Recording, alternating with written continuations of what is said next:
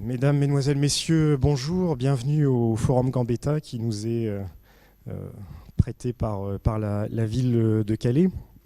Monsieur le député, monsieur l'ancien ministre, madame le maire de Calais, monsieur le premier adjoint, mesdames, messieurs, docteurs, mesdames, messieurs, c'est avec beaucoup de fierté et de plaisir que je vous accueille aujourd'hui pour cette conférence organisée par l'équipe mobile de soins et d'accompagnement du centre hospitalier de Calais, plus communément appelé l'EMSA, pour accueillir aujourd'hui le docteur Jean Leonetti, qui, il y a quelques années, déjà plus de 10 ans, a donné son nom à la fameuse loi Leonetti.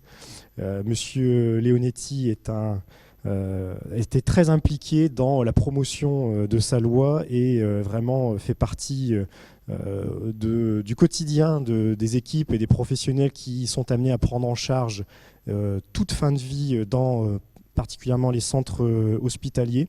Vous avez aussi soutenu, accompagné vos confrères qui essayent d'appliquer avec tact et mesure et dans l'esprit de la loi Leonetti, votre loi.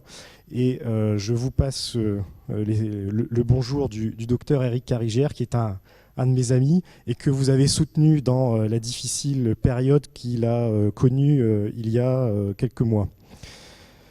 Votre présence en nombre aujourd'hui, 550 personnes, un succès, un grand succès, montre toute l'importance que revêt cette question auprès des professionnels de santé et des usagers du Calaisis. Depuis de nombreuses années, la nécessité de créer une véritable équipe pluridisciplinaire a été portée ici par le docteur Belén Techer. Et cette équipe œuvre au quotidien avec engagement, professionnalisme auprès de 3 types d'acteurs. Les patients, bien sûr, pour les accompagner dans leur démarche, proposer une approche complémentaire. Les familles, qui sont tout autant concernées, tout au long de la maladie, avec un soutien psychologique important à leur proposer. Et surtout aussi les soignants, qui vivent des situations difficiles, en créant des groupes de parole, en formant les travailleurs de santé et en les informant de l'importance de l'utilité de la démarche palliative. Je souhaite féliciter l'ensemble des professionnels de l'EMSA, donc Madame le docteur Belén Techer, médecin référent de l'équipe, Mesdames Mine Dupont et Nathalie Riquart, infirmières, Mesdames Pauline Cuny et Émilie Blart, psychologue, Madame Isabelle Lemaire, secrétaire, et Madame Anne Raveau, les cadres de santé aussi de l'hôpital qui se sont investis sur l'organisation de cet événement, Madame Bourdel, Madame Guacci et Madame Fernandez. Cette équipe dynamique et persévérante intervient dans les services du centre hospitalier, ses structures extérieures notamment. Nous sommes aussi régulièrement sollicités par les EHPAD du Calaisis, avec lesquels nous sommes en train de conventionner l'intervention de l'équipe mobile. Et depuis peu, des consultations soins palliatifs ont vu le jour. Je tenais aussi à remercier bien sûr monsieur Jean Leonetti pour sa conférence qui, sans nul doute, sera très intéressante avec des débats riches et lui proposer, s'il a quelque temps disponible, le poste vacant de cardiologue qu'on a au centre hospitalier de Calais depuis quelques semaines. Voilà, je vous souhaite à tous une excellente journée. Je vais passer la parole au docteur Techer.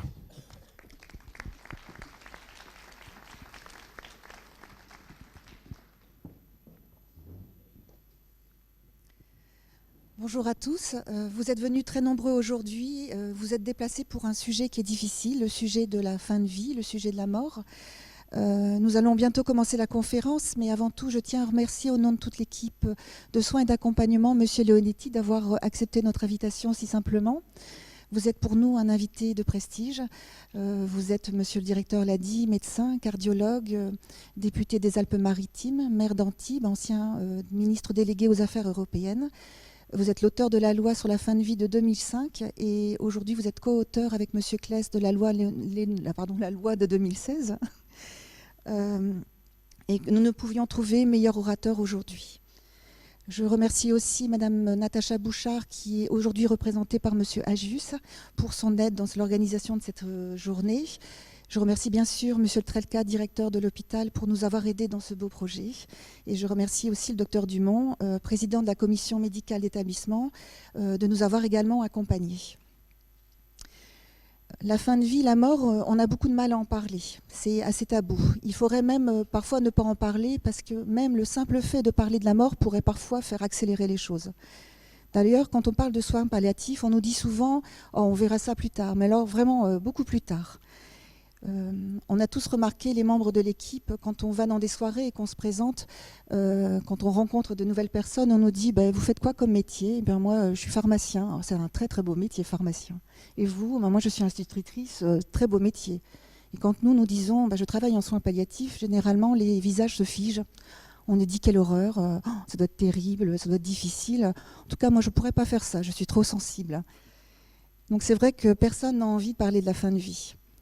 Et je pense qu'on a tous ce secret souhait de pouvoir vieillir très très longtemps, de pouvoir vivre longtemps, pas trop perclus d'arthrose, avec son autonomie, avec toute sa tête, et puis de voir vieillir nos enfants, et puis de pouvoir avoir la chance de voir grandir les enfants de nos petits-enfants, et encore d'une génération et deux générations, le plus longtemps possible. Et puis qu'un jour... un jour finalement, enfin peut-être une nuit plutôt qu'un jour, on s'endormirait pour ne pas se réveiller. Et on dirait de nous qu'on est mort d'une belle mort, si on peut dire, parce que finalement, puisqu'on ne revient jamais de notre mort, on suppose qu'elle est belle, mais bon, on est mort, on n'en revient pas. Et nos proches seraient sûrement peinés de notre départ, mais pourraient se consoler en disant qu'on a eu une longue vie et heureuse. Malheureusement, même si la médecine a fait de grands progrès depuis ces 50 dernières années, on ne peut pas changer l'irrémédiable. On meurt pas toujours vieux, on meurt jeune, on meurt parfois de façon brutale, on meurt de maladies longues et douloureuses, on meurt.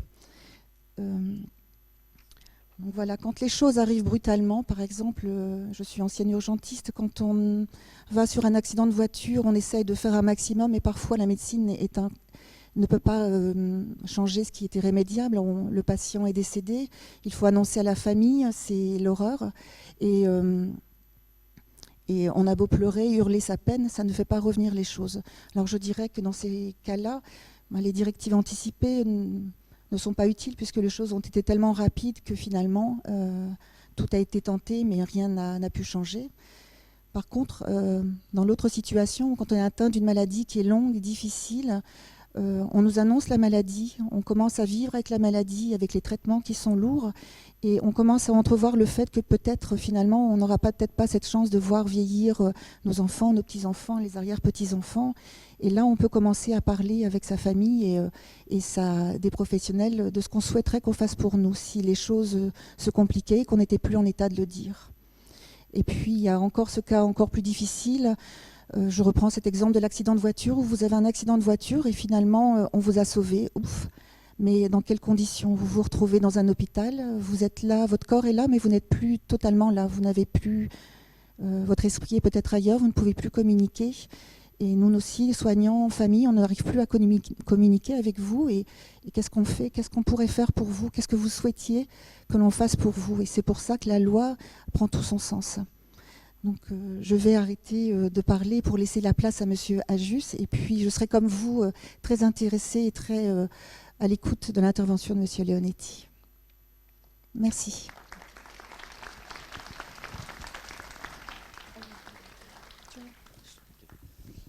Je bouscule un peu le protocole, je ne vais pas faire un discours, ce n'était pas prévu. Néanmoins, je tiens à remercier la municipalité, Madame le maire, Natacha Bouchard, Monsieur Ajus qui la représente et qui nous accueille ici. Monsieur Leonetti de son illustre présence et qui va nous éclairer de son expertise dans le domaine. Et surtout, je voudrais remercier et féliciter le docteur Cécile Ballen-Técher pour qui ce projet était vraiment lui tenait à cœur depuis bien longtemps. Elle m'en a parlé il y a bien longtemps. Toute son équipe. Et surtout te dire que je sais combien ce que ça représente pour toi. Voilà, merci.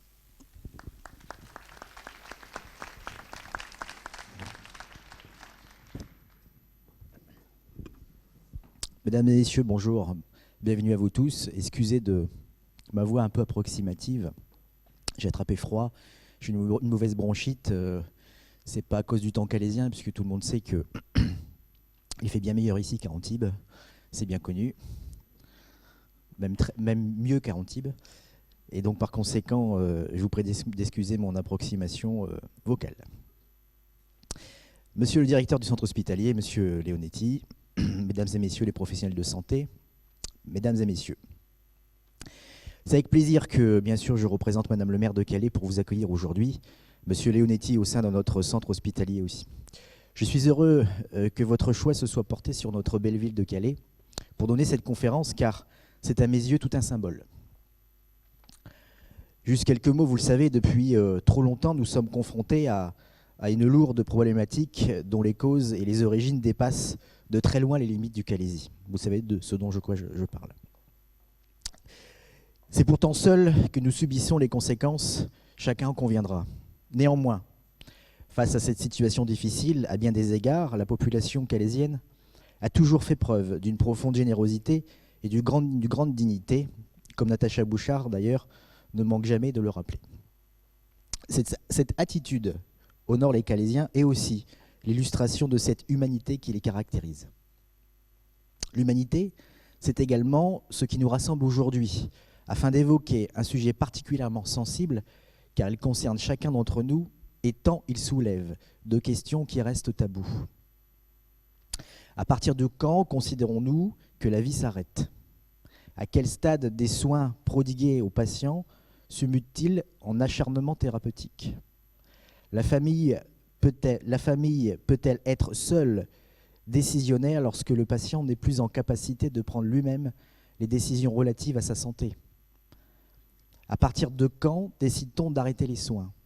Ces questions, qui ne sont finalement pas les seules parmi tant d'autres, sont éminemment complexes car elles s'entrechoquent inévitablement avec les convictions religieuses, spirituelles et éthiques de chacun. Bien entendu, toute personne a droit à une fin de vie digne et apaisée, ça a été souligné. C'est la raison pour laquelle un débat de fond est nécessaire sur le sujet, plus que jamais. Quand nous parlons de la fin de vie, nous savons que la conception en varie selon les cultures et les pays. Au fond, c'est certainement parce que la mort fait aussi partie de la vie de tout individu que sa conception peut également revêtir différents aspects. La loi Claes-Leonetti est née de cette volonté d'accorder au patient en fin de vie toute la dignité qui lui est due. Je sais à quel point les professionnels de santé, quel que soit leur statut, sont attachés à cela. C'est pourquoi je tiens également à profiter de l'occasion qui m'est offerte aujourd'hui pour saluer le travail accompli depuis des années par M. Leonetti sur cette question. Déjà en 2005, si je ne m'abuse, la première loi Leonetti représentait une avancée significative quant aux soins palliatifs et à la prise en charge des patients en fin de vie. À présent, la loi Claes-Leonetti contribue à clarifier certains points en les rendant davantage explicites.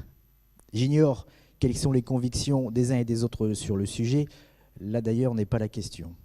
Mais il apparaît que cette clarification des textes était nécessaire pour les patients comme pour les professionnels de santé. Je souhaite ici aujourd'hui à chacun et chacune d'entre vous une excellente conférence en compagnie de M. Leonetti. Je ne doute pas que celle-ci sera l'occasion pour M. Leonetti de nous dire ô combien cette thématique engage la responsabilité de chacun d'entre nous. Je vous remercie et merci de votre patience quant à mon organe un peu abîmé. Merci.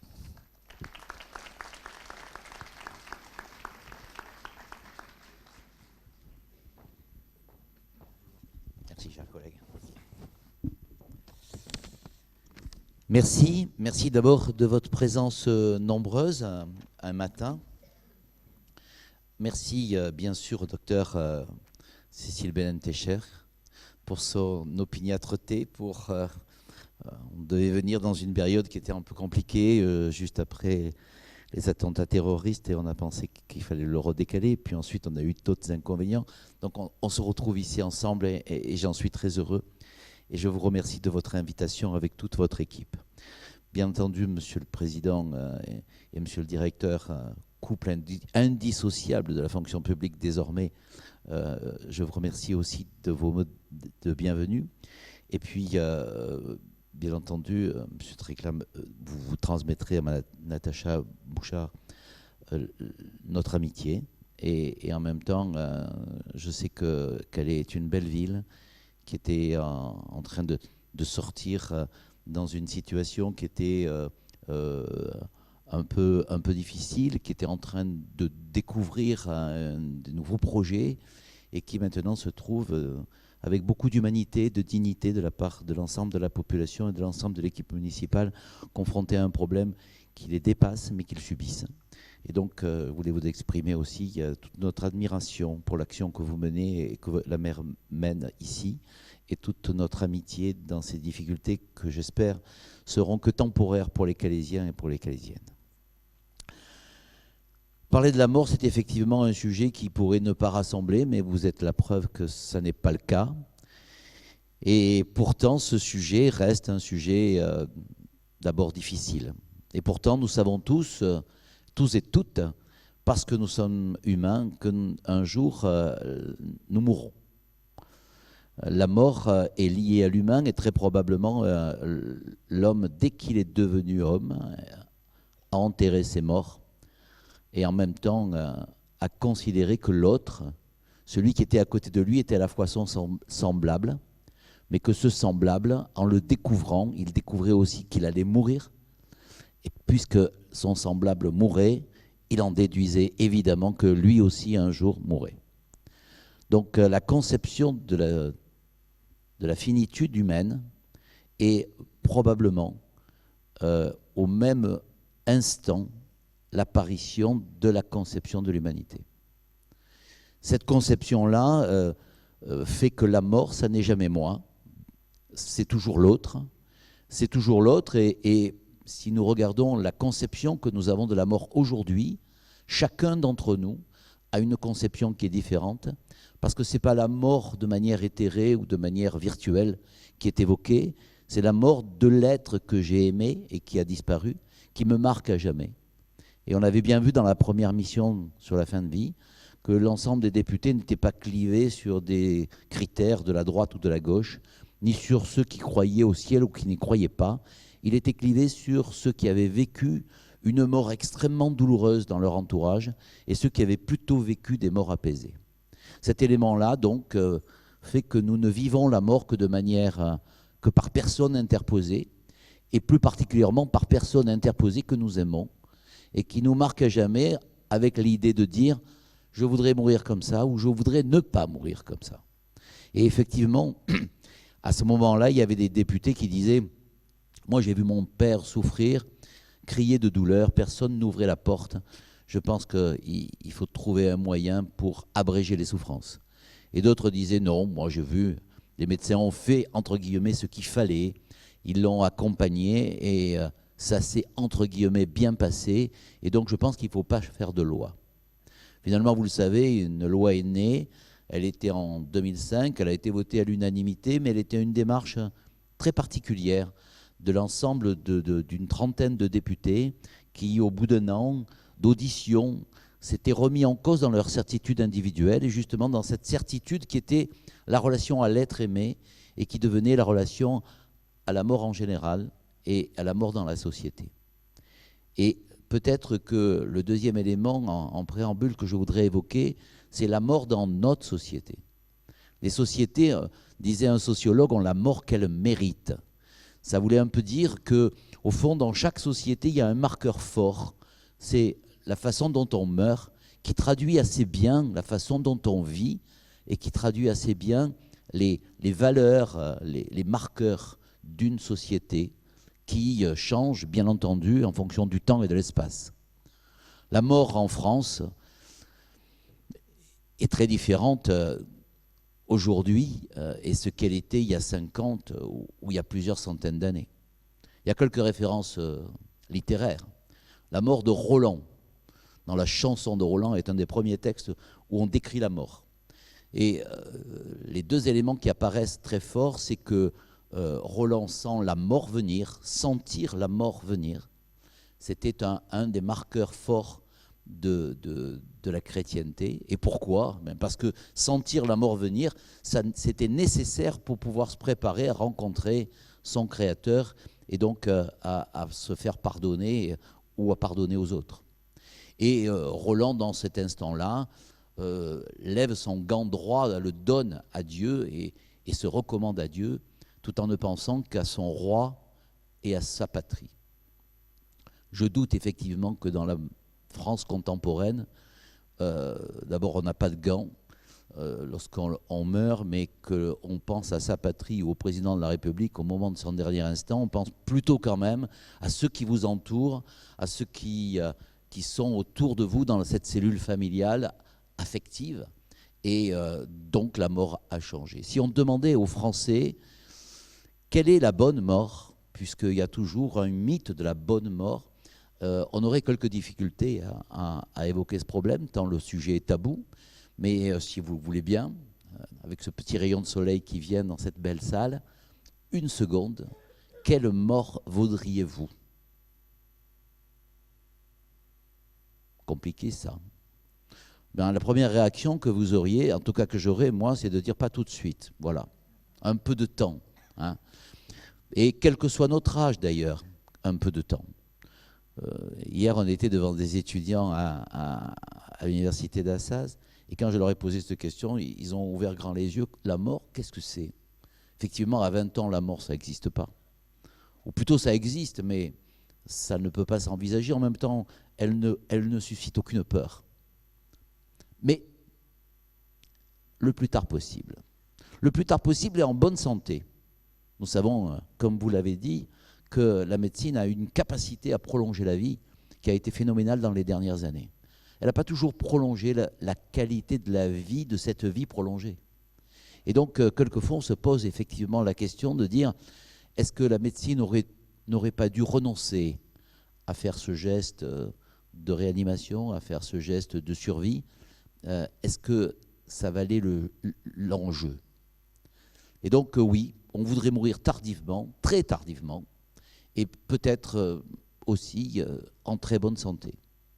Alphonse Allais avait une phrase qui est un peu humoristique. Il disait « Je voudrais mourir à 99 ans, tué par derrière par un mari jaloux », signifiant ainsi qu'il voulait être en pleine santé, mais en même temps, troisième critère, je ne veux pas voir la mort venir. Je ne veux pas faire Roland Roncevaux. Je ne veux pas voir la mort progressivement m'approcher. Je veux que ça se passe, je dirais, le plus discrètement possible et de manière inaperçue.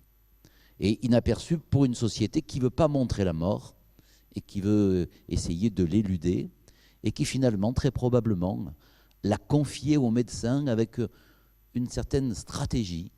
Cette société a confié la mort aux médecins pour en faire quelque chose de purement médical alors que c'est un problème purement existentiel. Ça signifie aussi que les médecins qui ont en charge désormais le problème non pas de la vie, de la qualité de vie, mais aussi de la qualité de la mort, se trouvent devant un enjeu et un défi qui est probablement insurmontable parce que comment faire en sorte de trouver la belle mort? Je dirais presque la mort heureuse. La mort heureuse, c'est un joli texte de Camus. À la fin, le héros se trouve face au ciel étoilé et revient avec bonheur à l'immuabilité des choses immobiles. Oui, mais en fait, ça n'existe pas. Voilà. Le bonheur dans la mort, oui, on peut toujours imaginer quelques situations exaltantes, mais enfin, en règle générale, quand même, la mort est un déchirement, la mort est une douleur, la mort est une fracture, et puis la mort est une séparation de la vie à la mort, bien sûr, mais aussi des êtres entre eux. Et c'est bien ça, c'est bien le deuil suscité, et c'est bien la souffrance de l'absence que la mort suscite. Donc, non, il n'y a pas de mort heureuse. Peut-être, comme vous l'avez dit, monsieur le Premier adjoint, peut-on essayer d'arriver à une mort apaisée, sereine, non douloureuse? Et c'est peut-être un objectif plus modeste, mais plus réaliste qui se trouve devant nous. La mort est donc médicalisée. Si, je ne sais pas comment a été calé il y a 50 ans, mais je suppose qu'on mourrait encore beaucoup à la maison. Je suppose que petit à petit, le développement des centres hospitaliers ont fait que la prise en charge médicale est meilleure. Et donc, vous allez mourir. Vous avez 8 chances sur 10 de mourir à l'hôpital. Dans l'hôpital ou dans une structure hospitalière. En tout cas, entouré de médecins. Et c'est assez curieux de voir comment cette France est passée d'une mort entourée de gens en noir qui venaient des villages voisins entouré les derniers instants du mourant, à une France dans laquelle on meurt entouré de gens en blanc, quelquefois d'ailleurs séparés de la famille, qui moins accès au contact, à la parole, à la dernière parole, qui a toujours beaucoup d'importance, alors que finalement le monde médical, certains disent qu'elle a volé la mort au contexte affectif et au contexte familial et familier qui était le contexte de la mort à domicile. Et si on demande encore aux Français « Où voudriez-vous mourir ?» Eh bien, ils répondent, là aussi, tardivement, en bonne santé, sans que je m'en aperçoive, chez moi. Et le paradoxe est donc que 70% des Français veulent mourir chez eux et 70% des Français meurent en fait dans une structure hospitalière. Et ça pose un problème de société. Faut-il amener le familial et le familier autour de l'hôpital, ou faut-il essayer de déplacer la technicité et l'accompagnement de l'hôpital à domicile? Je pense que les deux sont des objectifs qui doivent être menés de pair, mais qui, effectivement, là aussi, posent des problèmes techniques, humains, financiers et organisationnels qui sont importants. Donc, cette belle mort, si je la conclus, je dirais qu'elle se fait aussi peut-être dans le sommeil. Et quand on va au bout du chemin, qu'est-ce que c'est que la bonne mort? Galabru. Galabru, artiste tonitruant, plus de 90 ans, qui quelque temps avant était encore sur les planches, qui donnait encore des interviews, et un soir il se couche et il ne se réveille jamais. Et la première réflexion, c'est de dire, ben moi j'aimerais bien que ça se passe ainsi, qu'après une vie accomplie, la mort vienne me surprendre pendant mon sommeil. Et ce n'est pas innocent de le penser, puisque le dernier texte de loi qu'on a élaboré avec Alain Claes, c'est un texte quand même qui parle quand même de dormir avant de mourir pour ne pas souffrir. Et donc le sommeil et la mort se retrouvent dans cette proposition, mais aussi dans le fantasme que nous avons de la mort apaisée. Le troisième point, et j'en terminerai là pour la sociologie et la société, c'est que nous vivons dans un temps court. C'est une société du temps court, c'est une société du temps pressé, c'est une société du temps jamais perdu et quelquefois perdu.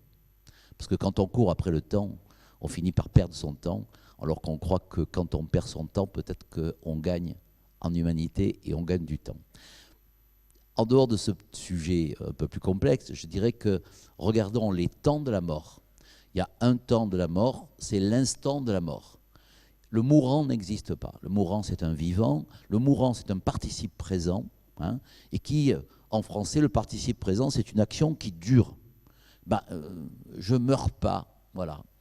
Si je dis je meurs, c'est que je suis mort. Si je suis mort, je ne peux pas dire je meurs. Mourir, ça n'est pas un verbe que l'on peut utiliser, qu'on ne peut utiliser qu'au futur. Parce que si je dis je meurs et que je suis mort, je ne peux plus dire je meurs. Voilà. Et si je ne peux pas dire je suis mort, parce que si je suis mort et que l'action est accomplie, comme le disait Épicure, je ne vois pas pourquoi je m'empoisonne la vie. Enfin, il ne le disait pas comme ça, il le disait avec manière plus élégante. Épicure dit, je ne vois pas pourquoi je m'empoisonne la vie avec la mort, parce que quand j'en parle, je ne suis évidemment pas mort. Et le jour où je serai mort, je ne pourrai plus en parler. Donc, c'est un non-sujet. Épicure oubliait subtilement que la mort, c'est justement l'autre, et que c'est pour ça que ça continue à nous poser un atroce problème existentiel. Donc, les temps. Alors, s'il y a un point qui est la mort, et qui me fait passer, je dirais, instantanément de la conscience à l'inconscience, de la vie humaine, soit au néant, soit à la béatitude, selon ce que nous croyons, cet instant-là est précédé d'un temps avant et d'un temps après. Le temps après, ce n'est pas le temps où je suis, c'est le temps où les autres continuent à exister avec mon absence, et donc c'est le deuil. Regardons quand même que le deuil n'existe plus dans nos sociétés. Il n'existe plus parce qu'il y a une époque, allez, on va dire il y a 50 ans, mais peut-être moins même, où on marquait les maisons de marque noire, où on portait le deuil parce qu'on mettait un vêtement noir, parce qu'on portait le deuil, parce qu'on avait un brassard, parce qu'on avait une marque à la boutonnière. Tout cela n'existe plus et donc le deuil n'est plus porté. Pourquoi ? parce que la vie suit son cours, parce que la vie s'accélère, parce qu'il faut être utile, rentable dans la vie. Et puis après tout, à quoi ça sert? À quoi ça sert de penser aux morts? Ça empêche de vivre. Pas sûr. Je pense plutôt que d'oublier totalement les morts empêche en grande partie de vivre. Et je pense que les morts qui sont mal assumés sont des morts qui entraînent des deuils pathologiques et des deuils difficiles à assumer tout le long de la vie. Mais constatons simplement que la société a réussi à raccourcir le temps qui suit la mort. Est-ce qu'elle a réussi à raccourcir le temps qui précède la mort? C'est un peu son idée. Et de temps en temps, d'ailleurs, les médecins sont confrontés à une situation très particulière, c'est que le temps de l'agonie, le temps des derniers instants, apparaît aujourd'hui dans une société moderne comme inutile. À quoi ça sert? Bon, il va mourir, alors à quoi ça sert d'attendre? Et on attend quoi? Et à partir du moment où, effectivement, le verdict, le pronostic tombe, oui, on ne pourra plus rien faire et la mort va arriver, eh bien, le questionnement de la société, de la famille en particulier, est un questionnement de temps. Combien ça va durer et pourquoi ça dure? Et à quoi ça sert que ça dure? C'est un sujet qui sera un sujet au cœur des débats qui vont continuer à évoluer sur ce sujet inépuisable, parce que autant l'agonie avait un sens dans une société christianisée, autant l'agonie peut avoir comme apparence de ne plus avoir d'intérêt.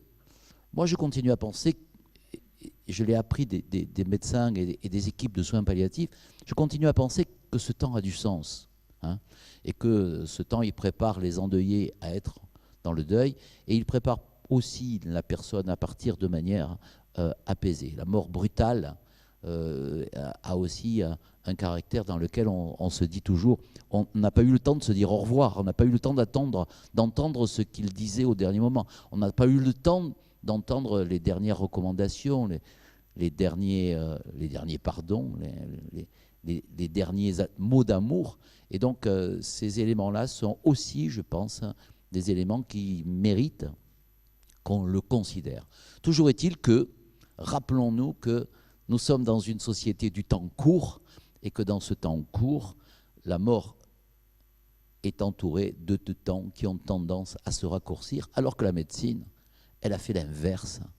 Elle a pris des maladies qui étaient mortelles, rapidement mortelles, et elle les a prolongées, elle les a chronicisées. Un cancer avec métastase, il y a peut-être 20 ans, c'était en moins que ce comptait la survie. Un cancer avec des localisations secondaires aujourd'hui, certains cancers, c'est des années et voire une dizaine d'années. Le sida, à un certain stade, c'était quelques mois, avec une trithérapie, c'est plusieurs années, plusieurs dizaines d'années. Donc, on a une nouvelle situation de gens qui ont des maladies mortelles, mais dont la mort est tellement différée qu'elle rentre dans le cadre d'une vie normale. Et au fond, dire à quelqu'un, vous avez 10 ans de survie quand il a 70 ans, eh ben, c'est lui dire en fait qu'il a la survie habituelle de la population française normale. Et donc, ça n'est pas un pronostic vital amputé par rapport à l'espérance de vie qu'il est en droit d'espérer. La mort, c'est aussi une tension de valeurs éthiques. Si on le dit de manière un peu snob comme ça, on peut dire qu'en réalité, ce qu'il faut, à mon avis, comprendre sur le problème des tensions, des valeurs qui s'affrontent au moment de la mort, ça n'est sûrement pas des tensions entre la morale et le progrès, ça n'est pas sûrement pas non plus des tensions entre les modernes et les anciens, entre ceux qui croient au ciel et ceux qui n'y croient pas. Tout ça est faux. C'est une tension entre des valeurs équivalentes. Et d'ailleurs, dans la démocratie aussi, et dans la République, il y a des valeurs en tension. Voilà. Il y a des valeurs en tension parce que la liberté, c'est une valeur qui peut être en tension avec l'égalité. Si on me donne la liberté totale, ça peut altérer l'égalité des citoyens. Et puis, les valeurs en tension, pardon de le rappeler ici, c'est la solidarité et l'ordre. On voit bien que ces deux valeurs, mais que ces deux valeurs, elles arrivent dans des situations particulières à se mettre en tension et à être presque antagonistes. Comment concilier les deux? Quelles sont les tensions qui existent et quelles sont les valeurs qui existent au moment de la mort? C'est toujours les mêmes pour le soignant comme pour le malade et son entourage. C'est l'autonomie de la personne et la vulnérabilité de la personne. L'autonomie de la personne, la valeur référence, c'est la liberté. La vulnérabilité de la personne, la valeur de référence, c'est la solidarité. L'autonomie de la personne, c'est je. La solidarité, c'est nous. Et elle est évidente dans un cas très particulier, qui est le suicide. Lorsque quelqu'un se suicide, il fait un acte volontaire de liberté, puisque le suicide est un droit à liberté.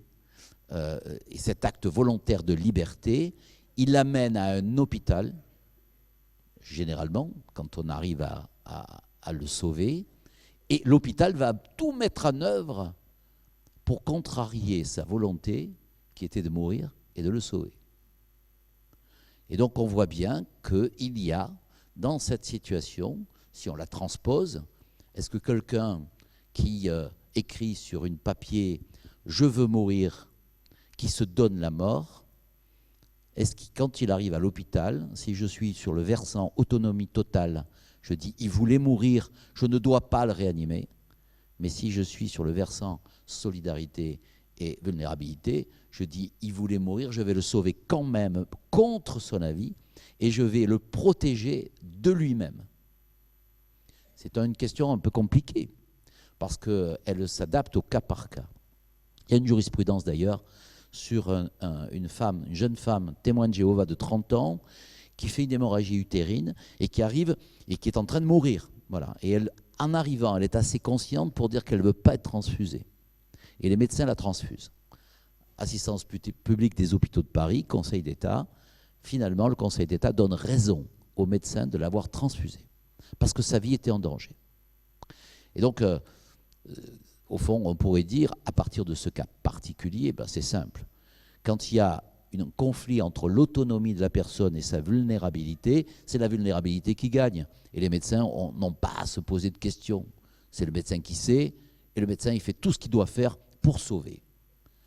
Ce n'est pas aussi simple que ça, parce que le Conseil d'État dit que si nous nous étions trouvés à l'assistance publique des hôpitaux de Paris devant un grand vieillard à la fin de sa vie, qu'il demande à ne pas être transfusé, que cette transfusion prolonge sa vie de quelques jours ou de quelques semaines, et qu'il réclame de ne pas être transfusé, le fait de le transfuser, ajoutant de la souffrance à sa souffrance, aurait été condamné par le Conseil d'État.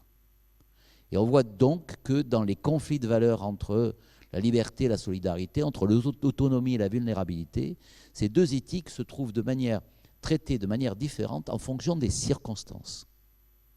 Et c'est le cas par cas qui arrive et qui est très gênant lorsqu'on établit un texte de loi, parce qu'un texte de loi, on aime bien faire un texte de loi qui dit « pour tout le monde, c'est comme ça ».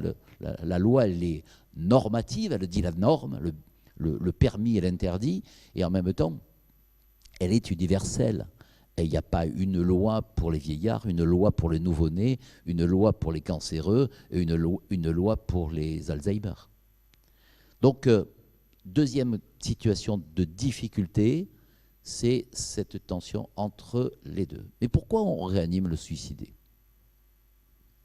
On peut se poser la question après tout. On réanime le suicidé parce que nous savons que c'est plus un acte de désespoir que de liberté. Et nous savons que 8 fois sur 10, il récidivera jamais. Et que donc finalement, la liberté, si je la regardais comme une valeur fondamentale, l'autonomie de la personne, cette valeur éthique qui est au cœur des soignants, qui doit dire « j'écoute ce que tu veux, je t'accompagne », et si je t'accompagne, ça veut dire que c'est toi qui parles et c'est moi qui t'écoute. Eh bien, cette autonomie, elle a une caractéristique particulière, c'est qu'elle varie. Ma liberté, c'est de changer d'avis. Et donc, oui, nous changeons d'avis. Nous changeons d'avis parce que dans une démocratie, d'ailleurs, on nous consulte régulièrement parce qu'on est en capacité de changer d'avis, parce que les circonstances changent, parce que je change, parce que le monde autour de moi change. Mais aussi, le malade change. Et nous savons tous que le malade, plus il approche de la mort, et plus il s'accroche à la vie, en règle générale. Une des principales causes de l'acharnement thérapeutique, ce n'est pas les médecins, c'est les malades. Il faut quand même le rappeler, c'est le malade qui en demande plus. Moi, j'avais un patron qui me disait, alors que j'étais interne, entre le malade, l'équipe soignante, la famille et le médecin, le dernier qui se lasse, c'est le malade. Et c'est vrai que nous pouvons projeter nos découragements, nos échecs médicaux sur le malade lui-même et dire bon, maintenant ça suffit. Et on voit aujourd'hui dans notre société que le fait d'abréger la vie est beaucoup plus souvent l'émanation de la famille épuisée que du malade lui-même. Ce qui pose effectivement un autre problème dans la relation que l'on a et dans le pouvoir qu'a l'entourage et les proches sur les décisions médicales. Donc, changer d'avis. Il y a une belle fable de La Fontaine là-dessus qui montre que l'éternel humain existe. C'est un bûcheron qui est dans la neige, et puis il est épuisé, il pose son fardeau et il appelle la mort. La mort vient et elle lui dit est-ce que tu as besoin de moi? Qu'est-ce que tu veux? Et l'homme voyant la mort dit je voudrais que tu m'aides à remettre le fagot sur mon épaule. Voilà. Et donc c'est peut-être une image de La Fontaine et qui se termine par le plus proche des morts meurt le plus à regret. Ce qui veut bien dire que l'approche de la mort est un élément qui ne donne pas forcément envie de la mort, mais qui au contraire la fait plus redouter et la fait plus repousser. Sur la vie humaine, puisque le conflit c'est entre, au fond, est-ce que cette vie vaut la peine d'être vécue? C'est une question majeure, existentielle celle-là. Est-ce que ma vie vaut la peine d'être vécue? Bon, c'est l'introduction du mythe de Sisyphe de Camus. Camus dit il n'y a qu'un vrai problème philosophique, c'est le suicide. Est-ce que ma vie vaut la peine d'être vécue? Si je réponds par la négative, je dois aboutir à détruire ma vie. Et si je pense que la vie vaut la peine d'être vécue, alors je la vis. Voilà. Bon. Dans cet élément-là, est-ce que la vie humaine est une valeur suprême? Voilà. Oui, la vie humaine est une valeur suprême. C'est une évidence. Que l'on croit d'ailleurs au ciel, qu'on n'y croit pas. Je dirais même que si on ne croit pas au ciel, c'est encore plus une valeur indépassable. Il n'y a rien au-dessus de la vie humaine. Donc s'il n'y a rien au-dessus de la vie humaine, c'est une valeur référence. Est-ce que cette vie humaine, donc je ne dois pas la toucher? Si c'est une valeur de référence, un peu comme on parlait de la liberté tout à l'heure, je suis obligé de me battre pour la vie, quelle que soit la vie. Et il serait quand même très dangereux dans une société de commencer à dire cette vie-là, j'estime qu'elle vaut la peine, cette vie-là, j'estime qu'elle ne vaut pas la peine. De quel droit? Je définirais un degré de dignité qui ferait qu'il y a un moment à laquelle la vie n'aurait plus d'intérêt. Et pourtant, si je me trouve dans la situation de notre société aujourd'hui, avec quelqu'un qui a un cerveau totalement détruit, qui n'a pas de conscience qu'il existe lui-même et qui n'a aucune relation à l'autre, est-ce que c'est toujours une personne humaine? La réponse est oui, c'est toujours une personne humaine. Ça n'est pas une chose. Est-ce qu'il doit être respecté dans sa dignité humaine? Oui, il doit être respecté dans sa dignité humaine. Mais la vraie question, c'est est-ce qu'il est légitime de maintenir cette vie purement biologique en vie? La réponse, à mes yeux, mais c'est un avis personnel, est non. La vie purement biologique n'a pas d'intérêt humain. Et en fait, c'est la première loi qui le dit, ce n'est pas la loi de 2016. Elle le dit, on peut arrêter les traitements qui sont inutiles, qui sont disproportionnés. À quoi ça sert de faire une chimiothérapie qui peut entraîner une survie de quelques jours hypothétique et qui va par contre entraîner un inconfort majeur du patient? Et puis, qui n'ont d'autre but que le maintien artificiel de la vie. Mais d'autres buts. Bien sûr que la vie artificielle, il y en a des tas. Les gens qui vont au rein artificiel, c'est légitime. Mais lorsqu'il n'y a plus de conscience et donc plus de relation à l'autre, plus de savoir minimal d'une existence humaine, je pense, et c'est la loi d'aujourd'hui, qu'il est légitime d'envisager d'arrêter les traitements de survie. C'est un débat qui est compliqué, mais qui posera aussi pour l'avenir des problèmes difficiles, parce que la médecine aujourd'hui, je m'adresse à Monsieur le Président, qui est urgentiste, animateur, on a quand même la capacité aujourd'hui, en particulier sur des lésions cérébrales majeures et irréversibles, de maintenir des corps en vie pendant des mois, voire des années. Ça posera obligatoirement, à un moment donné, un problème à notre société. Deux valeurs, donc, un affrontement. Deux éthiques, l'éthique d'autonomie, l'éthique de vulnérabilité. Une loi. Première question, pourquoi une loi? Il n'y a que les Français qui font des lois dans ce domaine. Ailleurs, c'est des comités d'éthique qui émettent des recommandations, mais les Français pensent que, en matière de bioéthique, en matière d'éthique de fin de vie, eh bien, c'est le législateur et donc le peuple, par l'intermédiaire de son législateur, qui décide, et ça n'est pas une série d'experts. Donc, à partir de là, la loi, elle dit 3 choses en 2005. C'est un médecin, en fait, qui parle, et on me l'a beaucoup reproché, donc je l'assume. Ce médecin dit « Je ne t'abandonnerai pas, je ne te laisserai pas souffrir, et je ne te prolongerai pas de manière anormale. » Ces 3 engagements sont au cœur de la loi 2005. Je ne t'abandonnerai pas parce que ça n'est pas parce que je ne te sauve pas ou je ne te guéris pas que tu n'as aucun intérêt pour moi. Même si je peux ni te sauver ni te guérir, je peux t'accompagner et je peux te soulager. Et mon action médicale continue à s'exercer pleinement. C'est un peu en opposition avec des phrases qu'on entend de temps en temps dans les hôpitaux et qui consistent à dire « ce malade n'est plus pour moi parce que je l'ai opéré et puis non, il n'est plus pour moi. Il est toujours pour toi. » Voilà. En tout cas, il est toujours pour nous. Voilà. Et ça n'est pas, le malade n'est pas un parcours scindé entre ceux qui font les tâches nobles et ceux qui font les tâches subalternes. Le malade est une globalité et la prise en charge doit être une prise en charge globale. Rappelons quand même que dans la société française moderne d'aujourd'hui, il y a un certain nombre de malades qui sont pour personne. Parce qu'ils ne sont pas totalement en fin de vie, ils ne vont pas en soins palliatifs.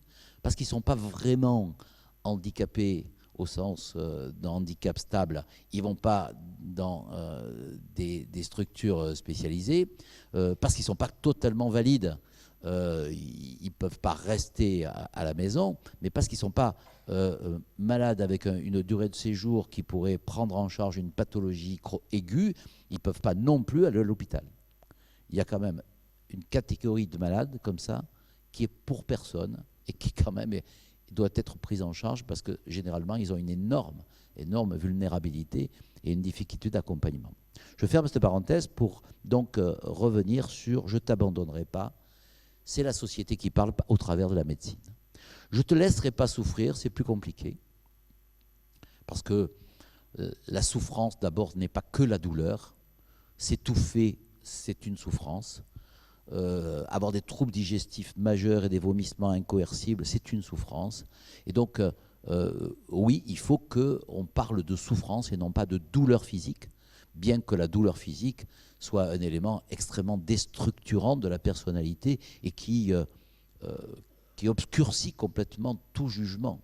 Chacun d'entre nous a eu dans sa vie des douleurs importantes et on voit à quel point on est capable, quand on est médecin, d'avaler n'importe quoi et quand on est malade, de demander n'importe quoi, y compris des traitements qui peuvent mettre la vie en danger.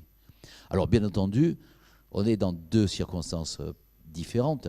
S'il y a une colique néphrétique, c'est extrêmement douloureux. Pour autant, on ne va pas prendre un risque, quel qu'il soit, pour soulager une crise de colique néphrétique sur la vie de la personne ou sur l'altération de sa santé. Pour autant, là, si on est en phase terminale de la vie, Qu'est-ce qui prime? C'est la qualité de la vie qui prime sur la durée éventuelle de la vie. Et je dis bien éventuelle. Est-ce que le fait de soulager accélère la mort? Ça reste dans nos têtes, hein, et ça n'est pas vrai. En tout cas, ça n'est pas toujours vrai. Ça dépend des cas, ça dépend des circonstances. Bien sûr que de mettre des doses d'un analgésique morphinique chez un insuffisant respiratoire, ça ne lui rallonge pas la vie. Mais paradoxalement, les gens qui ont des douleurs physiques importantes et qui sont soulagés par des doses quelquefois importantes de morphinique, ça leur allonge la vie. Parce que la douleur accélère la mort. Et donc, lorsque je soulage le patient, je ne sais pas, en fait, si je prolonge sa vie, si je raccourcis sa vie, quand j'utilise des doses importantes, hein, ou bien si je ne change rien. Et est-ce vraiment un problème? Est-ce vraiment un problème réel? Puisque de toute façon, je ne saurai jamais. Et que mon devoir, c'est de soulager la souffrance, eh bien, je soulage la souffrance. Et le texte de loi dit même si, potentialité du double effet, même si, ça veut bien dire que ce n'est pas mon intention première d'accélérer la mort. Et peut-être ça le fait.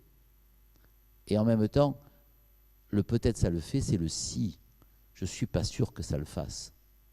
Et donc, raison de plus pour avoir cet engagement solidaire fort vis-à-vis de la souffrance et de soulager toute souffrance en fin de vie, même si cela peut éventuellement accélérer la mort. Cet engagement, il était déjà dans la loi 2005, il est reprécisé dans la 2016, donc il n'y a pas d'ambiguïté sur ce sujet. Le dernier point, c'est je ne te prolongerai pas de manière anormale, le fameux acharnement thérapeutique. Lorsqu'il y a eu l'affaire Lambert et le Conseil d'État m'a demandé qu'est-ce que c'est que l'obstination déraisonnable. On a toujours difficulté à expliquer ce que c'est. C'est-à-dire, de manière générale, je sais l'expliquer, mais de manière particulière, quand est-ce que je passe du raisonnable au déraisonnable? Eh bien, ça, c'est une grande difficulté. Un de mes collègues dit, pour être sûr d'avoir été raisonnable, il faut être allé un peu dans le déraisonnable. C'est-à-dire ne pas avoir le regret de dire « j'aurais pu peut-être faire quelque chose de plus et lui donner une chance de plus ». Mais en réalité, lorsqu'on dit ce que l'on fait est inutile, disproportionné ou n'a pas de sens, eh bien c'est que déjà on est dans l'inutile, le disproportionné ou l'absence de signification de l'action. Et tant mieux, il vaut mieux s'en rendre compte quand on a un peu dépassé le raisonnable. Pour autant, est-ce qu'on doit rester dans le déraisonnable? Non. L'obstination déraisonnable, que les gens appellent acharnement thérapeutique, c'est quelque chose qui doit être condamné. À la fois condamné et non sanctionné. Paradoxe de la loi aussi de 2005. Beaucoup de gens m'ont dit, oui, mais si on interdit l'obstination déraisonnable, on doit en face y mettre une sanction. Mais moi, comme je ne sais pas le flou de l'obstination déraisonnable, je ne voudrais pas que tous les médecins se trouvent avec un procès parce qu'ils auraient fait un tout petit peu trop au goût de qui? Au goût du malade, au goût de la famille, a posteriori. Et donc je pense que c'est une règle morale qui n'a pas besoin d'avoir de sanctions, mais en réalité c'est une règle morale forte. Quand est-ce que je suis dans le raisonnable et quand est-ce que j'ai passé la limite du raisonnable, que je suis dans le déraisonnable et que je m'obstine dans le déraisonnable. Regardez aussi comment les choses sont sur le même malade, quelquefois raisonnable, puis tout d'un coup déraisonnable. Et qu'est-ce que c'est qui fait que je passe du raisonnable au déraisonnable? Lorsque la première fois que j'ai fait une conférence de ce type, j'étais dans le Var et il pleuvait des cordes comme il pleut quelquefois dans le Var. Et j'avais une voiture avec des essuie-glaces qui ne marchaient pas. Et je réfléchissais, qu'est-ce qu'on va dire, comment on va débattre, etc. Et je me disais, finalement, tu vas finir par te prendre un platane avant d'arriver. Tu vas mourir le jour où, pour la première fois, tu vas parler du problème de la mort. Comme ça, tu vas le vivre en direct, quoi. Et puis, je me disais aussi, proche de l'hôpital de Draguignan, je me disais aussi, parce que je suis médecin, donc je suis inquiet. Donc je disais, qui est de garde à l'hôpital de Draguignan quand même? Bon, est-ce que c'est un senior? Est-ce que c'est un jeune interne, etc., etc. Je me souvenais que jeune chef de clinique, un jour, mon patron m'avait dit est-ce que l'infarctus qui est mort cette nuit était vieux? Et je lui avais dit oui. Et il m'avait dit quel âge il avait. Je lui avais dit 55 ans. Et il m'avait dit tu verras qu'un jour tu trouveras que 55 ans c'est jeune. Effectivement, je trouve qu'aujourd'hui 55 ans c'est la peine de sortir de l'adolescence. Voilà. Mais toujours est-il que j'aurais bien aimé que cet interne qui me reçoit ne dise pas bon, il a passé la soixantaine, bon ça va, hein, donc on va pas s'acharner. J'aurais bien aimé qu'il s'acharne un peu là, voilà. Et puis aux urgences on s'acharne souvent et avec succès. Et donc l'acharnement qui se fait pas avec imposition des mains, qui se fait avec des traitements, c'est une bonne chose. C'est bien qu'on s'acharne, c'est bien qu'on baisse pas les bras, c'est bien qu'on donne la chance à la vie. Mais j'imaginais aussi 3 semaines après, 3 mois après, qu'on appelle ma famille, qu'on dise voilà, on a fait tout ce qui était possible, mais maintenant on constate que le cerveau est totalement détruit. Voilà. Il ne reviendra jamais. Il ne parlera jamais. Il ne saura jamais qu'il existe. Est-ce que c'est raisonnable de continuer les gestes de réanimation qui avaient été mis au début et qui apparaissaient comme indispensables et raisonnables? Ben non. Et au fond, c'est le pronostic et le sens de l'action que l'on mène qui dit que ça devient déraisonnable. Ce qui était inutile 3 mois après, c'était inutile déjà au début, mais je ne le savais pas. Et donc, on a toujours raison de donner la chance à la vie, mais on a tort de prolonger la vie artificielle lorsque tout espoir de vie, de conscience a disparu. Donc, voilà les 3 engagements qui existaient à cette époque-là. C'était une loi de devoir. Puisque, vous l'avez vu, c'est la société au travers de la médecine qui disait « je ne t'abandonnerai pas, je ne te laisserai pas souffrir, je ne te prolongerai pas de manière anormale ». Qu'est-ce que nous avons constaté 10 ans après? Rapport SICA, rapport du CCNE, le mal mourir continue à exister, 80% des gens qui s'étouffent en mourant ne sont pas pris en compte, 15% des gens meurent dans les hôpitaux parisiens avec des douleurs insupportables. C'est pas rien. Dans des hôpitaux parisiens. Voilà. C'est rien contre les Parisiens, mais enfin, je pense que malheureusement, ça se passe partout. Donc, d'une loi de droit, de devoir, on est passé à une loi de droit. Et après tout, si vous réfléchissez sur le plan éthique et sur le plan moral, quand vous avez le devoir de quelqu'un, vous avez le droit de quelqu'un en face. Si le malade a le droit, si le médecin a le devoir de soulager toute souffrance en fin de vie, même si ça peut accélérer la mort, est-ce que le malade n'a pas le droit de le réclamer? Ben oui. Et donc on est passé à une loi de droit sur ce qu'on appelle la sédation profonde et continue jusqu'au décès, ce fameux endormissement, ce fameux dormir pour ne pas souffrir avant de mourir, dans 2 conditions, qui sont quand même 2 conditions majeures. La mort doit être proche. On ne va pas endormir les gens pendant 6 ans. Hein, voilà. Donc la mort doit être proche. Et la deuxième condition, la souffrance doit être réfractaire. C'est-à-dire, ce n'est pas quelqu'un qui arrive et qui dit « je souffre, endormez-moi ».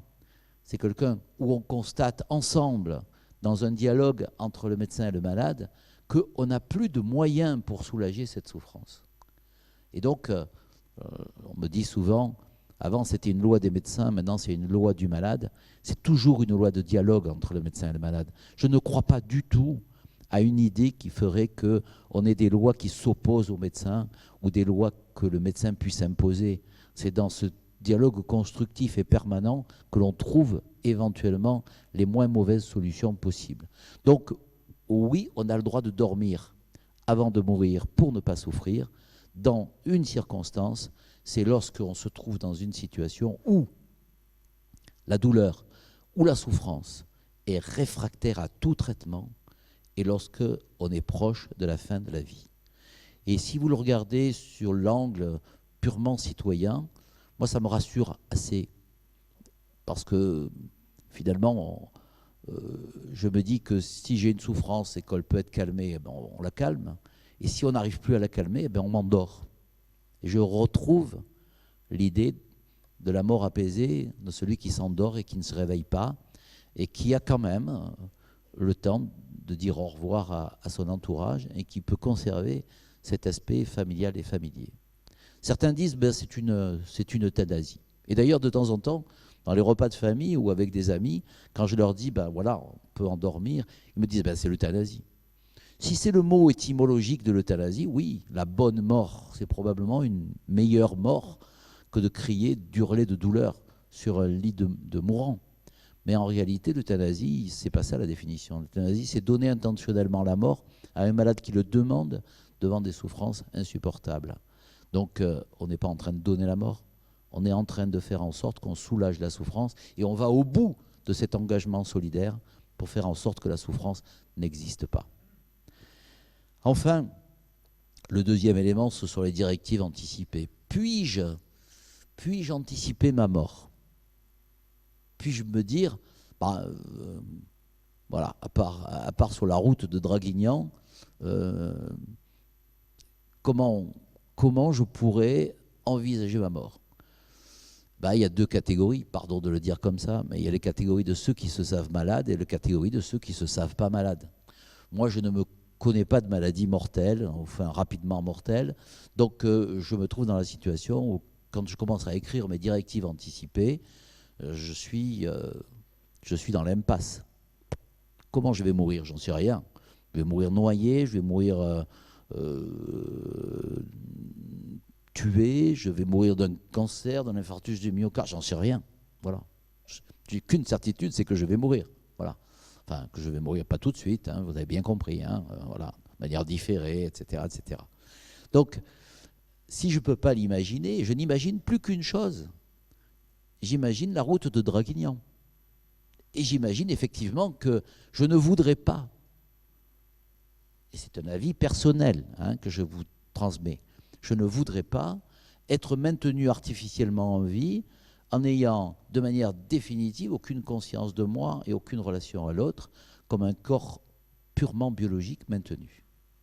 Alors j'ai écrit mes directives anticipées, tardivement, et après l'affaire Lambert, ce qui veut bien dire ce que ça veut dire, si un jour j'ai des lésions cérébrales majeures et irréversibles qui m'empêchent toute conscience et qui, en même temps, m'empêchent toute relation à l'autre. Les deux sont liés. Si j'ai aucune conscience, je ne peux pas avoir une moindre relation à l'autre, ce qui élimine tout handicap. Le handicapé, ce n'est pas ça. Je souhaite, après un délai raisonnable, parce qu'il faut toujours se méfier de son entourage et du corps médical, petit délai raisonnable quand même, qu'on supprime les gestes thérapeutiques de survie et bénéficie d'une sédation profonde, parce qu'après on ne sait jamais, peut-être que ne prend pas le risque de souffrir éventuellement. Je veux aussi qu'on m'endorme avant de me débrancher le respirateur.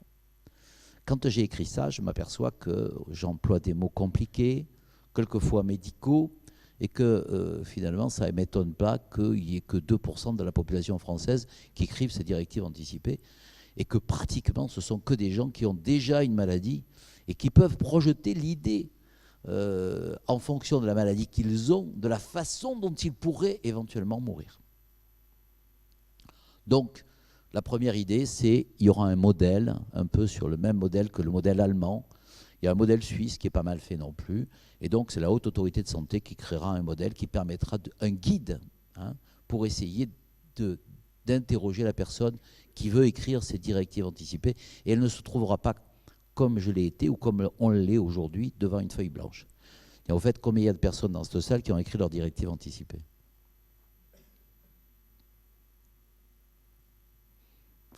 On n'est même pas au 2% là. Voilà, bon. Donc ça veut bien dire que c'est un vrai sujet et en même temps c'est un sujet compliqué. Pourquoi c'est un sujet compliqué? Parce que d'abord en droit, c'est toujours difficile de déléguer sa liberté par anticipation à un tiers. C'est compliqué. Parce que puisque je sais que la volonté fluctue et que c'est l'indice de liberté, comment je fais pour savoir si ce qu'il a écrit il y a 3 ans, il le voudrait encore alors qu'il est inconscient? Il n'y a pas de réponse. Mais s'il n'y a pas de réponse, alors ce n'est même pas la peine de se poser la question fondamentale, qu'est-ce qu'il aurait voulu, lui? Et le qu'est-ce qu'il aurait voulu, lui, je n'aurai jamais la réponse puisqu'il ne peut pas me répondre dans l'immédiat et que la liberté s'exerce, la volonté s'exerce en liberté de manière instantanée. Eh bien, je vais quand même essayer de l'utiliser. Et donc, on écrit ces directives anticipées, on peut désigner la personne de confiance, ça n'a pas changé depuis 2005 et même depuis 2002. Et en même temps, les directives anticipées, il faut quand même que ce ne soit pas un papier que l'on met dans la poubelle en disant « bon, ça va, il a écrit ces directives anticipées, mais moi je suis médecin, bon, moi je sais. » Et comme je sais que la vulnérabilité est plus forte que l'autonomie, son autonomie, par anticipation, je la mets de côté et moi je traite sa vulnérabilité et je lui sauve la vie et je poursuis la vie. Ça ne va pas, ça. Comment je fais là? Parce que la directive anticipée, c'est un indice d'autonomie et de liberté. Je vais le rendre opposable. Ah oui, on va le rendre opposable. Seulement, quand on dit je vais le rendre opposable, vous avez un papier d'une vieille dame qui m'a remis un jour ces directives anticipées sur lesquelles il y avait écrit « je ne veux pas de tuyaux ». Compliqué, je ne veux pas de tuyaux. Il y a aussi l'histoire classique de l'homme qui arrive avec... il n'a plus qu'un poumon parce qu'on lui a enlevé un poumon parce qu'il avait un cancer. Et puis, il fait une mauvaise grippe, le médecin le réanime. Et quand il s'en va, le médecin lui dit vous allez être bien tiré, hein, parce qu'on vous a tiré par les cheveux. Là, et l'autre dit je m'en suis d'autant mieux tiré que dans la poche de ma veste, il y a un papier qui disait qu'il ne fallait pas me réanimer. Donc, on voit bien qu'il faut quand même que ça soit contraignant, mais pas opposable totalement, pour éviter ces situations un peu compliquées. Et pour le faire, on a mis que si le médecin veut se détacher des directives anticipées, il faut qu'il appelle un autre médecin qui est du même avis que lui et qu'ils inscrivent les raisons du refus de l'application des directives anticipées sur le dossier.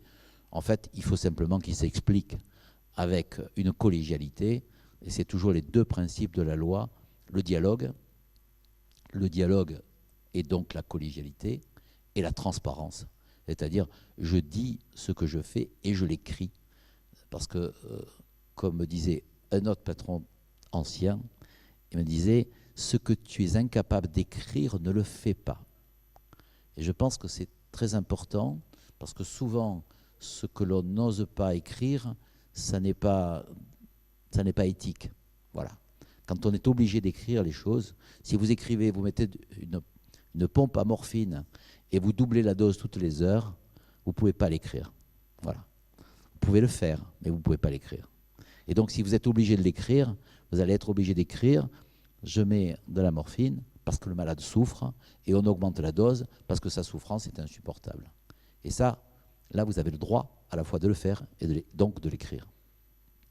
Enfin, je voudrais terminer sans être trop long, pour vous dire que finalement, il y a des images, la mort et la médecine, c'est des images qui viennent de très très loin dans notre inconscient collectif. Il y a, la médecine, à mes yeux, est très prométhéenne, c'est-à-dire qu'elle revient au mythe de Prométhée.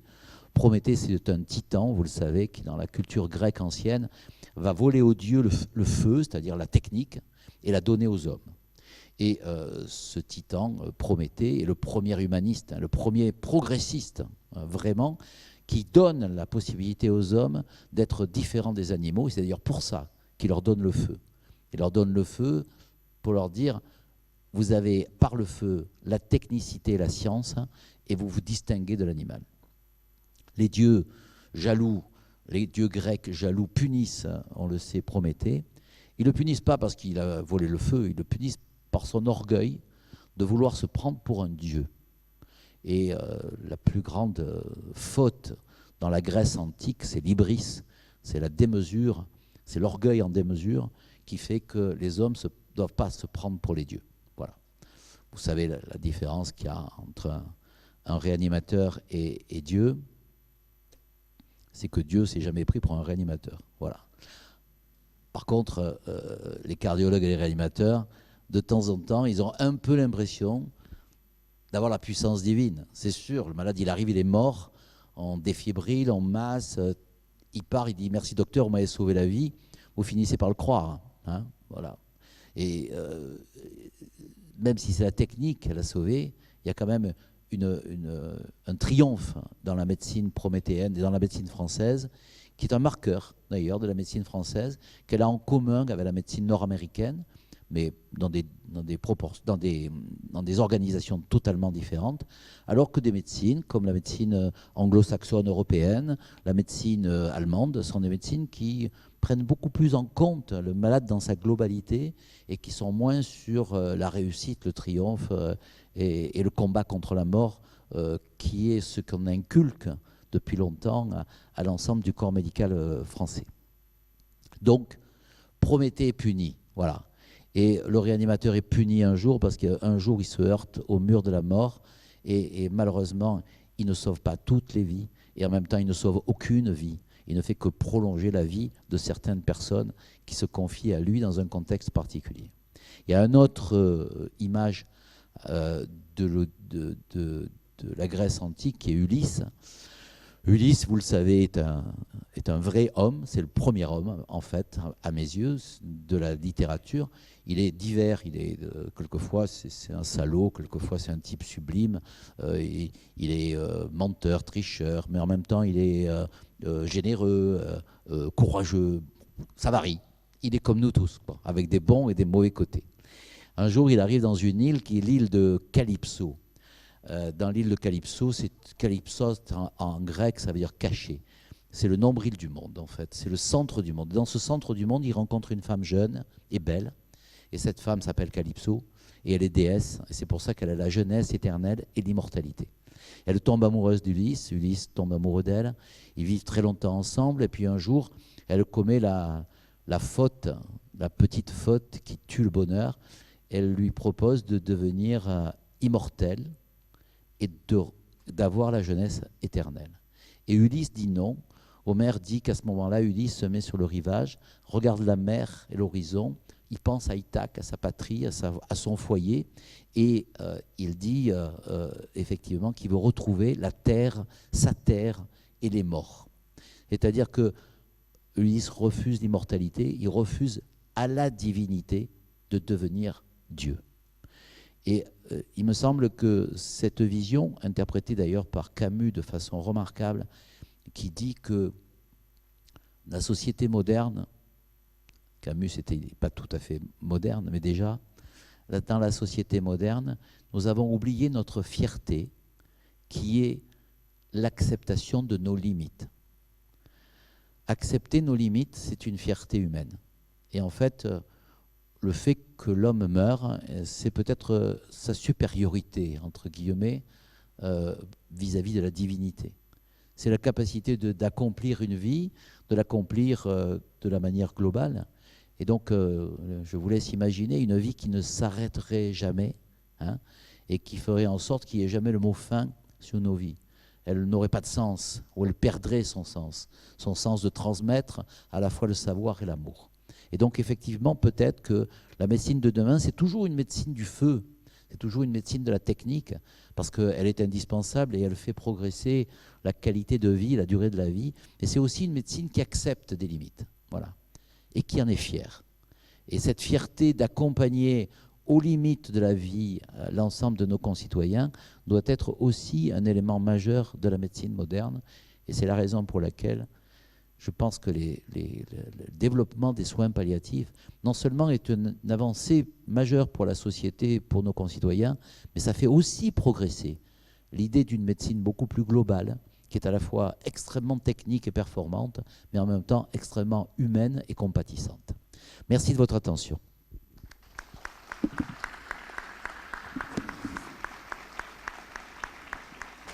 Merci d'être nombreux.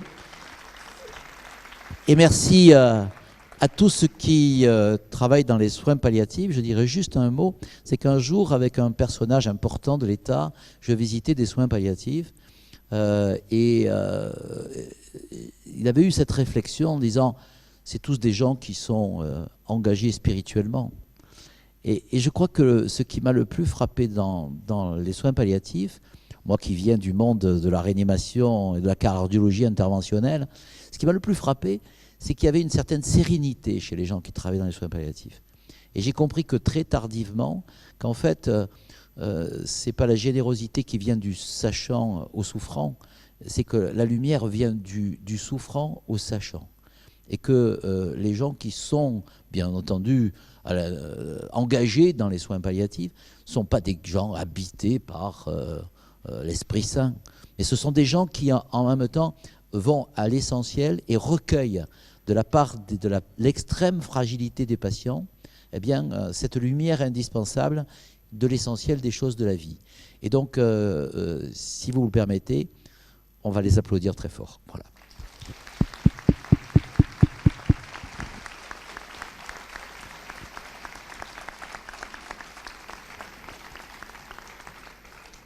C'était une très belle conclusion pour les soins palliatifs. Merci beaucoup. Je vous remercie tous encore, enfin toute l'équipe vous remercie d'être venus. Je voulais aussi remercier, parce que sur l'affiche, vous aviez vu, il y avait l'association La Main Tendue, des bénévoles qui nous a aidés aussi pour organiser cette journée. Je ne voudrais pas l'oublier. L'affiche est derrière, La Main Tendue. Et puis, on avait aussi un arbre de vie où vous pouvez mettre votre nom, un petit mot que vous pouvez accrocher à notre arbre. Ça nous fera aussi un beau souvenir. Et puis, je vous remercie encore. Et puis, j'espère qu'on se retrouvera bientôt pour une autre conférence. Merci. Au revoir.